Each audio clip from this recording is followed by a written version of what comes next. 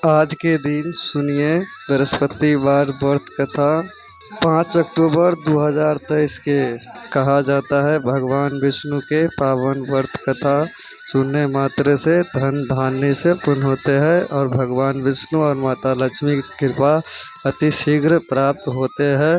भक्तों, ध्यान पूर्वक कथा को सुने, माता लक्ष्मी और भगवान विष्णु के चरणों में ध्यान करते हुए। तो कथा को शुरू करते हैं। प्राचीन समय की बात है कि भारत में एक राजा राज करता था। वह बड़ा प्रतापी तथा दानी था। वह नित्य प्रति मंदिर में भागवत दर्शन करने जाता था। वह ब्राह्मण और गुरु की सेवा किया करता था। उसके द्वार कोई भी याचक निराश होकर नहीं लौटता था। वह प्रत्येक गुरुवार को व्रत रखता एवं पूजन करता था, गरीबों की सहायता करता था। परंतु ये सब बातें उसकी रानी को अच्छी नहीं लगती थी। वह न व्रत करती और न किसी को एक भी पैसा दान में देती थी। वो राजा से भी ऐसे करने को मना किया करती थी। एक समय की बात है कि राजा शिकार खेलने वन में चले गए। घर पर रानी और दासी थी। उस समय गुरु बृहस्पति साधु के रूप धारण कर राजा के दरवाजे पर भिक्षा मांगने आई। साधु ने रानी से भिक्षा मांगी तो वो कहने लगी, हे साधु महाराज, मैं इस दान और पुण्य से तंग आ गई हूँ। इस कार्य के लिए तो मेरा पतिदेव ही बहुत है। अब आप ऐसी कृपा करें कि सारा धन नष्ट हो जाए तथा मैं आराम से रह सकूं। साधु रूपी बृहस्पति देव ने कहा, हे देवी, तुम बड़ी विचित्र हो। संतान और धन से कोई दुखी नहीं होता, इसका सभी चाहते हैं। पापी भी पुत्र और धन की इच्छा करता है। अगर तुम्हारे पास धन अधिक है तो भूखे मनुष्य को भोजन कराओ, प्याव लगवाओ, ब्राह्मणों को दान दो, धर्मशालाएं बनवाओ, कुएं, तालाब, बावड़ी, बाग, बगीचे आदि का निर्माण कराओ तथा निर्धन की कुंवारी कन्याओं का विवाह कराओ। साथ ही यज्ञ आदि करो। इस प्रकार के कर्मों से आपके कुल का और आपका नाम परलोक में भी सार्थक होगा एवं तुम्हें भी स्वर्ग की प्राप्ति होगी। परंतु रानी साधु की इन बातों से खुश नहीं हुई। उसने कहा, हे साधु महाराज, मुझे ऐसा धन की आवश्यकता नहीं जिसको मैं अन्य लोग में दान देती फिरूं तथा जिसको रखने और संभालने में ही मेरा सारा समय नष्ट हो जाए। साधु ने कहा, हे देवी, यदि तुम्हारी ऐसी इच्छा है तो जैसे मैं तुम्हें बताता हूँ तुम ऐसे ही करना। बृहस्पतिवार के दिन घर आंगन को गोबर से लीपना, अपने केस को पीली मिट्टी से धोना, केस को धोते समय स्नान करना, राजा से कहना वो हजमत कराए, भोजन में मांस मदिरा खाना, कपड़े धोबी के यहाँ धुलने देना। इस प्रकार 7 बृहस्पतिवार करने से तुम्हारे सारा धन नष्ट हो जाएगा। यह कहकर साधु महाराज रूपी बृहस्पति देव अंतर ध्यान हो गए। रानी ने साधु के कहने के अनुसार 7 बृहस्पतिवार तक वैसे ही करने का विचार किया। साधु के बाद बताए अनुसार कार्य करते हुए केवल 3 बृहस्पतिवार ही बीते थे कि उसकी समस्त धन संपत्ति नष्ट हो गए। भोजन के लिए दोनों समय परिवार तरसने लगा तथा सांसारिक भोग से दुखी रहने लगा। तब राजा रानी से कहने लगा कि हे रानी, तुम यहाँ पर हो, मैं दूसरे देश को जाता हूँ, क्योंकि यहाँ पर मुझे सभी मनुष्य जानते हैं, इसलिए मैं यहाँ पर कोई काम नहीं कर सकता। मैं अब परदेश जा रहा हूँ, वहाँ कोई काम धंधा करूँगा, शायद हमारे भाग्य बदल जाए। ऐसे कहकर राजा परदेश चला गया। वो वहाँ जंगल से लकड़ी काटकर लाता और शहर में बेचता था। इस तरह जीवन व्यतीत करने लगा। इधर राजा के बिना रानी और दासियां दुखी रहने लगी। किसी दिन भोजन मिलता और किसी दिन जल पीकर ही रह जाता। एक समय रानी और दासी को 7 दिन बिना भोजन के व्यतीत करने पड़े। तो रानी ने अपनी दासी से कहा, हे दासी, यहाँ पास ही के नगर में मेरी बहन रहती है। वो बड़ा ही धनवान है। तू उसके पास जा और वहाँ से 5 सेर भोजन मांग कर ले आ, जिससे कुछ समय के लिए गुजारा हो जाएगा। दासी रानी की बहन के पास गई। रानी की बहन उस समय पूजा कर रही थी। बृहस्पतिवार के दिन था। दासी ने रानी की बहन से कहा, हे रानी, मुझे आपकी बहन ने भेजा है, मुझे 5 सेर भोजन दे दो। दासी ने ये बात उनके बार बार कही, परंतु रानी की बहन ने कोई उत्तर नहीं दिया, क्योंकि वो उस समय बृहस्पतिवार की कथा सुन रही थी। जब दासी के रानी की बहन से कोई उत्तर नहीं मिला तो वो बहुत दुखी हुई। उसे क्रोध भी आया। वो लौटकर रानी से बोली, हे रानी, आपकी बहन बहुत ही घमंडी है। वो छोटे लोग से बात भी नहीं करती। मैंने उससे कहा तो उसने कोई उत्तर नहीं दिया। मैं वापस चली आई। रानी बोली, हे दासी, इसमें उसका कोई दोष नहीं है। जब बुरे दिन आता है तब कोई सहारा नहीं देता। अच्छे बुरे का पता विपत्ति में ही लगता है। जो ईश्वर की इच्छा होगी वही होगा। ये हमारे भाग्य का दोष है। उधर रानी की बहन ने सोचा कि मेरी बहन की दासी आई थी, परंतु मैं उससे नहीं बोली, इससे वो बहुत दुखी हुई होगी। अंत कथा सुने और विष्णु भगवान का पूजन समाप्त कर वो अपनी बहन के घर आई और कहने लगी, हे बहन, मैं बृहस्पतिवार का व्रत कर रही थी। तुम्हारी दासी हमारे घर गई थी, परंतु जब तक कथा होती है तब तक हम लोग न उठते हैं और न बोलते हैं, इसलिए मैं नहीं बोली। कहो, दासी क्यों गई थी? रानी बोली, हे बहन, हमारे घर अनाज नहीं था। वैसे तुमसे कोई बात छिपी नहीं है। इस कारण मैंने दासी को तुम्हारे पास 5 सेर भोजन लेने के लिए भेजा था। रानी की बहन बोली, बहन देखो, बृहस्पति भगवान सबकी मनोकामना पूर्ण करते हैं। देखो, शायद तुम्हारे घर में ही अनाज रखा हो। यह सुनकर दासी घर के अंदर गई तो वो उसे एक घड़ा भोजन का भरा मिल गया। उसे बड़ी हैरानी हुई, क्योंकि उसने एक एक बर्तन देख लिया था। उसने बाहर आकर रानी को बताया। दासी अपनी रानी से कहने लगी, हे रानी, देखो, वैसे हमको जब अन्न नहीं मिलता है तो हम रोज ही व्रत करते हैं। अगर इनसे इस व्रत की विधि और कथा पूछ ली जाए तो उसे हम भी कर लिया करेंगे। दासी के कहने पर रानी ने अपनी बहन से बृहस्पतिवार व्रत के बारे में पूछा। उसकी बहन ने बताया, हे रानी बहन, बृहस्पतिवार को सूर्य उदय से पूर्व उठकर स्नान करके बृहस्पतिवार का व्रत करना चाहिए, लेकिन उस दिन सिर नहीं धोना चाहिए। बृहस्पतिवार के व्रत में चने की दाल और मुनक्का से विष्णु भगवान का केले के वृक्ष की जड़ से पूजा करे तथा दीपक जलावे। उस दिन एक ही समय भोजन करे। भोजन पीले खाद्य पदार्थ का हो तथा कथा सुने। इस प्रकार करने से गुरु भगवान प्रसन्न होते हैं, अन्न पुत्र धन देते हैं। इस तरह व्रत और पूजन की विधि बताकर रानी की बहन अपने घर लौट आई। रानी और दासी दोनों ने निश्चय किया कि वे बृहस्पति देव भगवान का पूजा जरूर करेगी। 7 दिन बाद जब बृहस्पतिवार आया तो उन्होंने व्रत रखा। गुड़शाला में जाकर चना और गुड़ मिल लाए तथा उसकी दाल से केले की जड़ में विष्णु भगवान का पूजन किया।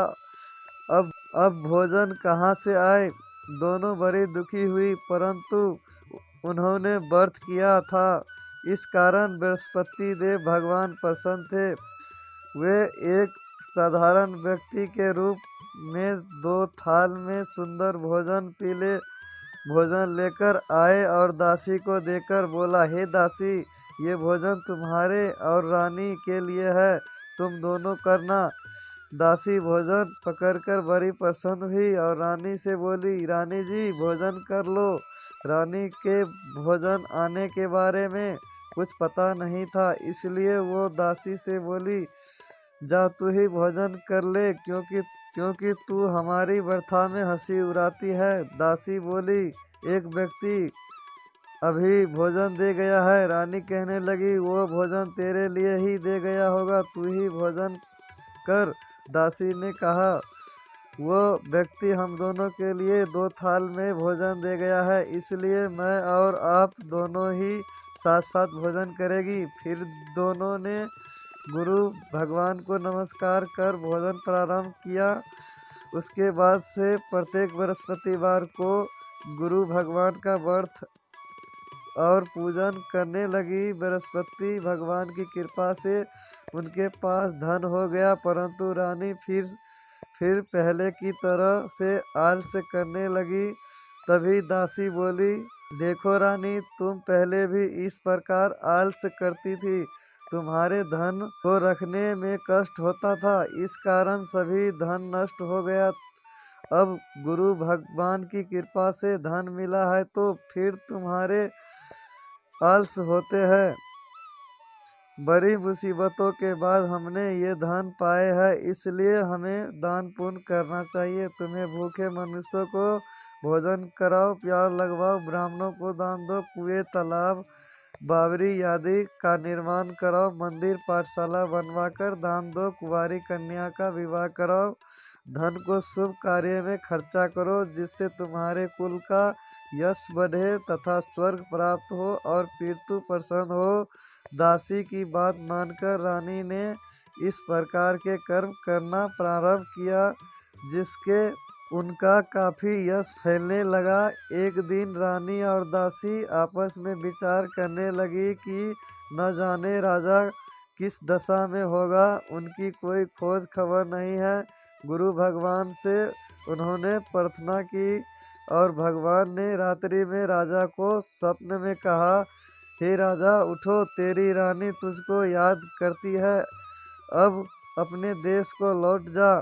राजा प्रातः काल उठकर जंगल में लकड़ियां काट कर लाने के लिए जंगल की ओर चल पड़ा। जंगल से गुजरते हुए वो सोचने लगा, रानी की गलती से कितनी दुख भोगने पड़े, राजपाट छोड़कर उसे जंगल में आकर रहना पड़ा, जंगल से लकड़ियां काटकर उन्हें बेचकर गुजारा करना पड़ा। उसी समय उस जंगल में बृहस्पति देव एक साधु के रूप धारण कर आया और राजा को पास आकर बोला, हे लकड़हारे, तुम इस सुनसान जंगल में किस चिंता में बैठे हो, मुझे बताओ। ये सुन राजा के नेत्र में जल भर आया और साधु की वंदना कर बोला, हे प्रभु, आप सब कुछ जानने वाले हैं। इतना कहकर राजा ने साधु को अपनी संपूर्ण कहानी सुना दी। महात्मा तो स्वभाव से ही दयालु होते हैं। वो राजा से बोला, हे राजा, तुम्हारी पत्नी ने बृहस्पति देव के प्रति अपराध किया था, जिसके कारण तुम्हारी ये दशा हुई है। अब तुम किसी प्रकार की चिंता मत करो, भगवान तुम्हारे पहले से ही अधिक धन देंगे। देखो, तुम्हारी पत्नी ने बृहस्पति वार का व्रत करना प्रारंभ कर दिया है, अब तुम भी बृहस्पति वार का व्रत करके चने की दाल व गुड़ और जल के लोटे में डालकर केले के पाते के से भगवान विष्णु का पूजा करो, फिर कथा कहो या सुनो, भगवान तुम्हारी सब कामनाओं को पूर्ण करेंगे। साधु को प्रसन्न देखकर राजा बोला, हे प्रभु, मुझे लकड़ी बेचकर इतना पैसा भी नहीं बचता जिससे भोजन करने के उपरांत कुछ बचा सकूं। मैंने रात्रि में अपनी रानी को व्याकुल देखा है, मेरे पास कोई साधन नहीं जिससे समाचार जान सकूं। फिर मैं बृहस्पतिवार की कौन सी कहानी कहूँ या सुनूं, मुझको तो कुछ मालूम नहीं है। साधु ने कहा, हे राजा, तुम किसी बात की चिंता मत कर। बृहस्पतिवार के दिन तुम रोजाना की तरह लकड़ियाँ लेकर शहर में जाओ। तुम्हें रोज से दुगना धन प्राप्त होगे, जिससे तुम भाली भांति भोजन कर लोगे तथा बृहस्पति देव की पूजा का सामान भी आ जाएगा। बृहस्पति देव की कथा इस प्रकार है। प्राचीन काल में एक बहुत ही निर्धन ब्राह्मण था। उसके कोई संतान नहीं था। वो नित्य पूजा पाठ करता, परंतु उसकी स्त्री बहुत मलिनता के साथ रहती थी। वो न स्नान करती और न किसी देवता को पूजन करती। प्रातःकाल उठते ही सर्वप्रथम भोजन करती, बाद में कोई अन्य कार्य करती। ब्राह्मण देवता बहुत दुखी रहते थे। पत्नी को बहुत समझाते, किंतु उसका कोई परिणाम न निकलता। भगवान की अनुकंपा से एक समय उस ब्राह्मण की पत्नी को गर्भवती हुई और 10वें महीने एक सुंदर कन्या को जन्म दिया। निर्धन ब्राह्मण कन्या के जन्म से बहुत दुखी हुआ। धीरे धीरे ब्राह्मण की कन्या बड़ी होने लगी। बचपन से ही उस कन्या की रुचि भगवान विष्णु की पूजा में थी। वह प्रातः काल उठते ही स्नान आदि करके भगवान विष्णु की पूजा करने मंदिर में जाती थी। बृहस्पतिवार को व्रत करके विधि विधान पूजा पाठ करती थी। पूजा पाठ के बाद वह पढ़ने के लिए पाठशाला में जाती थी। घर से चलते हुए वह मुट्ठी भर जौ साथ लेकर जाती और पाठशाला के रास्ते में थोड़े थोड़े जौ को गिराती जाती थी। जब वो पाठशाला से घर लौटती तो जौ को वो दाने सोने में बदले हुए मिलते थे। लड़की सभी सोने के दाने को बीन लाती थी।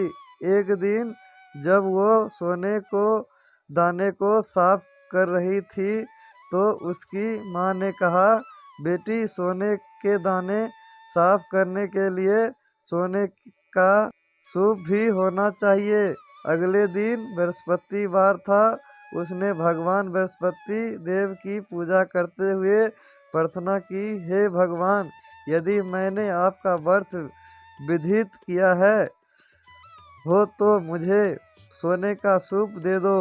भगवान बृहस्पति देव ने उसकी मनोकामना पूरी करने का वचन दिया। पाठशाला से लौटते समय उसे रास्ते में सोने का सूप पड़ा हुआ मिला। घर लौटकर सोने का सूप अपनी माँ को दिखाकर सोने का दाने साफ करने लगी।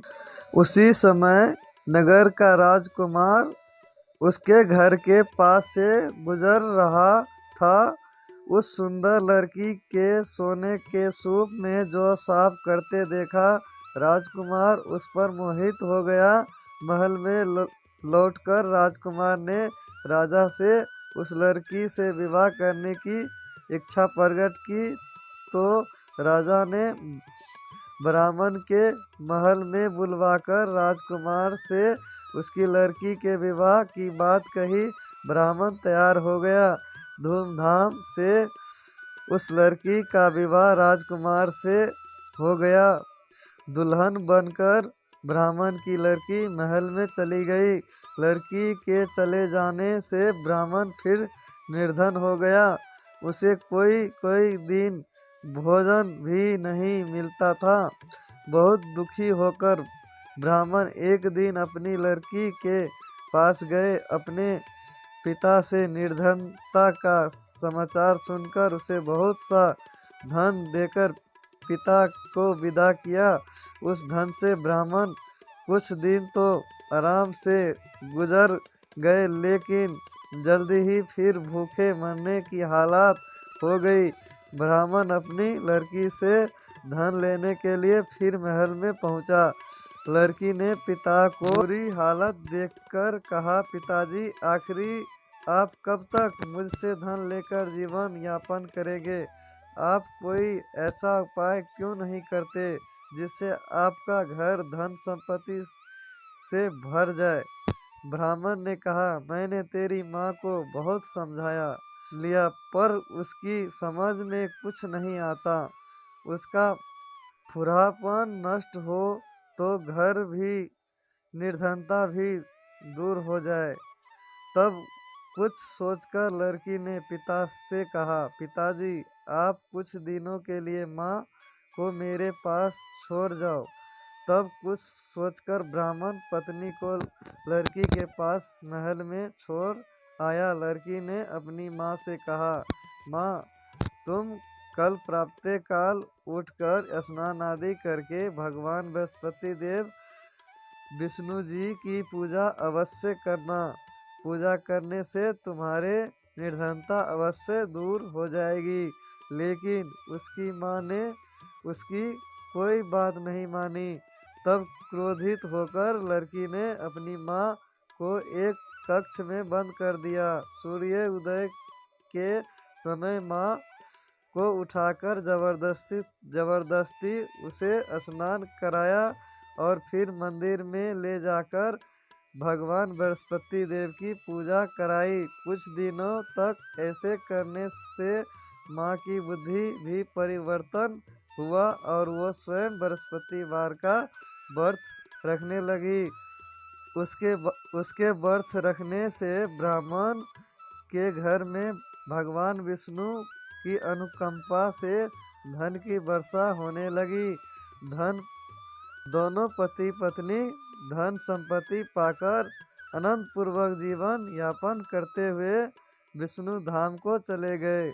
लकड़ीहारा बने राजा ने उन साधु से भगवान बृहस्पति देव की ये कथा सुनकर बृहस्पतिवार का व्रत करने भगवान विष्णु की पूजा की। उस दिन से उसके सभी कलेश दूर हो गए। लेकिन अगले बृहस्पतिवार को कामकाज में अधिक व्यस्त रहने के कारण उसने भगवान बृहस्पति देव जी की व्रत नहीं किया। भगवान बृहस्पति देव लकड़ीहारे से क्रोधित हो गए और उसे भूल की सजा दी। उस दिन नगर के राजा ने नगर में घोषणा करके सबको सूचित किया, प्रत्येक नागरिक मेरे महल में भोजन करने आए। जो नहीं आएगा उसे अपराधी मानकर भारी दंड दिया जाएगा। लकड़ीहारा बने राजा ने उस नगर के राजा की घोषणा तो सुनी, लेकिन जंगल से लकड़ी काटकर लाने और उन्हें बेचने में देर हो गई जाने के कारण वह समय पर महल भोजन करने नहीं जा सका। अंत राजा के सैनिक लकड़ीहारे को पकड़कर महल में ले गया। राजा ने उसे महल के एक कक्ष में बैठाकर भोजन कराया। उस कक्ष में एक खुट्टी पर रानी की सोने का हार लटका हुआ था। लकड़ीहारा अकेला उस कक्ष में भोजन कर रहा था। तभी उसने एक आश्चर्यजनक घटना घटती देखी। देखते ही देखते वो खुट्टी हार को निगल गई। थोड़ी देर के बाद राजा ने हार को गायब देखा तो लकड़ीहारे को कारावास में डलवा दिया। लकड़ीहारा मन ही मन अपने भाग्य को कोसने लगा। तभी उस जंगल में मिला साधु का स्मरण हो आया। थोड़ी देर में भगवान बृहस्पति देव सन्यासी के रूप में उसके सामने प्रकट हुए और कहा, हे लकड़ीहारा, तुमने भगवान बृहस्पति देव की पूजा नहीं की, इसी कारण तुम्हें कष्ट हुआ है। लेकिन अब चिंता मत कर, बृहस्पतिवार के दिन कारागार के दरवाजे पर तुम्हें कुछ पैसा पड़े हुए मिलेंगे। उन पैसे से भगवान बृहस्पति देव का व्रत करके उनकी पूजा करोगे तो तुम्हारे सब दुख नष्ट हो जाएंगे। बृहस्पति देव के दिन दरवाजे पर परे मिले पैसे से चने और गुड़ मंगवाकर लकड़ीहारा ने बृहस्पतिवार की कथा कही तो भगवान बृहस्पति देव ने प्रसन्न होकर उस नगर के राजा को स्वप्न में कहा, ये लकड़ीहारे को कारागार से मुक्त करने को कहा। सुबह राजा ने अपने कक्ष में आकर देखा तो खुट्टी पर रानी का हार टांगा हुआ था।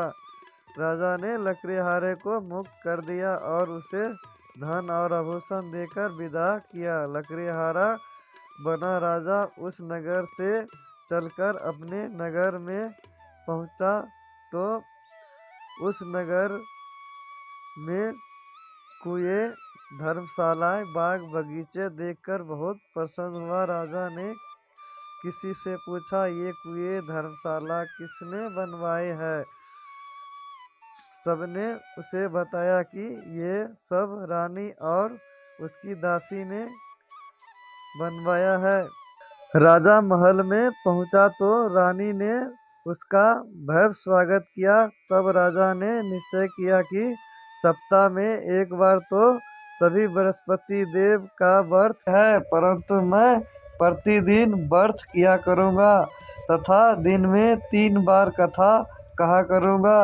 अब राजा हर समय दुपट्टे में चने की दाल बांध रखता तथा दिन में 3 बार बृहस्पति देव की कथा कहता। कुछ दिनों के बाद राजा को अपनी बहन की याद आई। एक दिन घोड़े पर सवार होकर राजा अपनी बहन से मिलने चल दिया। अभी राजा नगर के बाहर पहुंचा ही था कि उसने कुछ लोगों को एक शव को ले जाते हुए देखा। राजा को स्मरण हो आई कि आज उसने किसी को बृहस्पतिवार की व्रत कथा नहीं सुनाई है। राजा ने उन लोग को रोककर कहा, भाई आप सबको ले जाने से पहले मुझसे बृहस्पतिवार की कथा सुन लो। लोगों ने राजा पर क्रोधित होते हुए कहा, तू पागल तो नहीं हो? लेकिन कुछ बड़े बुजुर्ग लोग ने कहा, अच्छा भाई, साथ में चलते चलते तुम अपनी कथा भी सुना लो। राजा ने चलते हुए आधी कथा ही सुनाई थी कि सब हिलने लगा।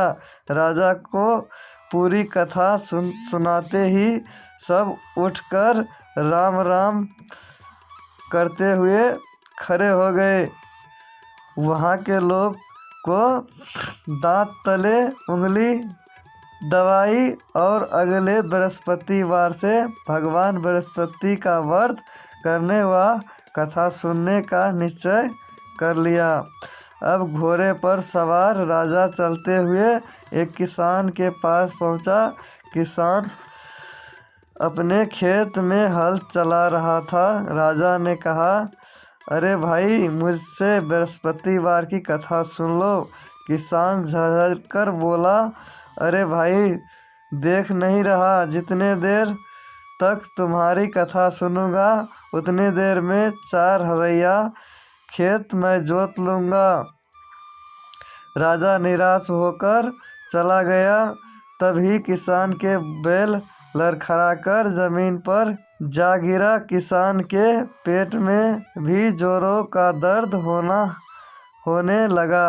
उसी किसान की माँ जब खाना लेकर आई तो उसने किसान से इस बारे में पूछा। किसान ने घोड़सवार की पूरी कहानी सुनाई।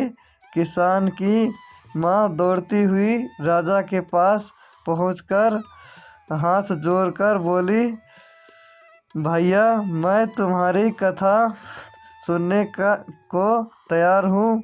राजा ने उसके साथ खेत पर पहुंचकर बृहस्पतिवार की कथा सुनाई। तभी बैल उठकर खड़े हो गए। किसान के पेट का दर्द भी तुरंत ही ठीक हो गया। राजा अपनी बहन के घर पहुंचा तो उसकी बहुत अवभगत हुई। अगले दिन सुबह उठकर राजा ने देखा घर के सभी लोग भोजन कर रहे हैं।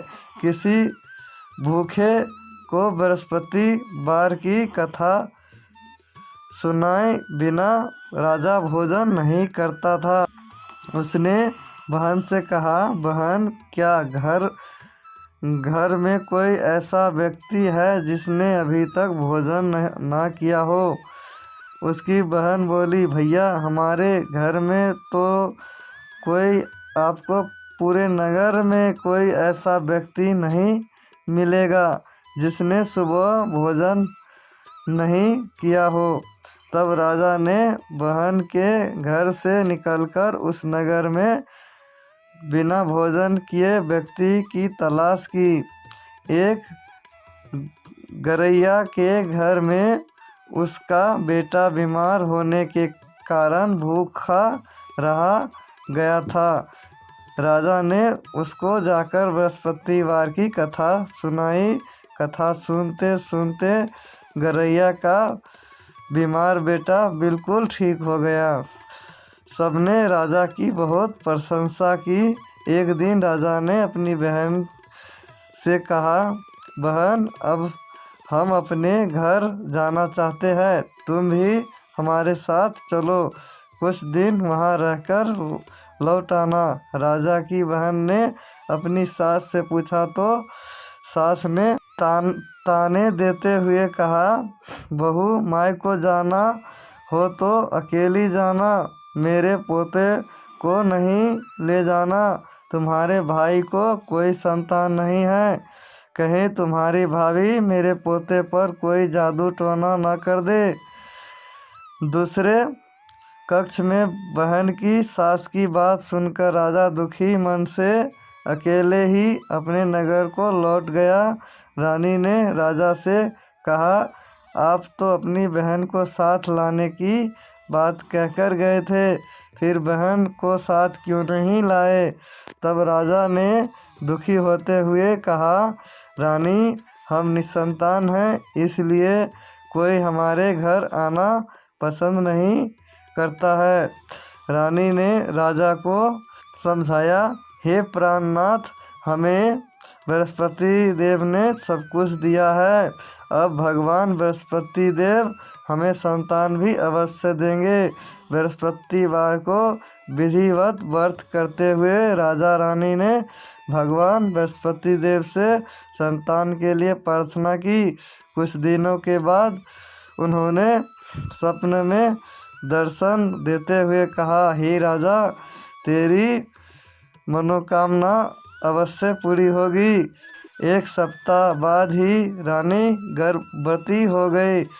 10वें महीने रानी ने एक सुंदर पुत्र को जन्म दिया। राजा रानी जीवन पर्यंत बृहस्पतिवार का व्रत करते रहे। उनके घर में धन की वर्षा होती रही। इस तरह आनंदपूर्वक जीवन यापन करते हुए राजा रानी भगवान बृहस्पति देव की अनुकंपा से मोक्ष को प्राप्त करके सीधे वैकुंठ धाम पहुँच गए। बृहस्पतिवार को विधित व्रत करके जो स्त्री पुरुष भगवान विष्णु की पूजा करते, भगवान उनकी सभी मनोकामना पूरी करते हैं। तो कथा इस तरह समाप्त होते हैं। बृहस्पति देव की जय। लक्ष्मी नारायण की चरणों में मेरा बार बार प्रणाम है। मैं यही चाहूँगा सभी का मनोकामना पूरा हो। वीडियो पसंद आई हो तो लाइक कीजिए और चैनल को सब्सक्राइब कीजिए। इंडल वॉइस चैनल के हमारे इस चैनल पर बर्थ कथा के रिलेटेड वीडियो अपलोड होते हैं।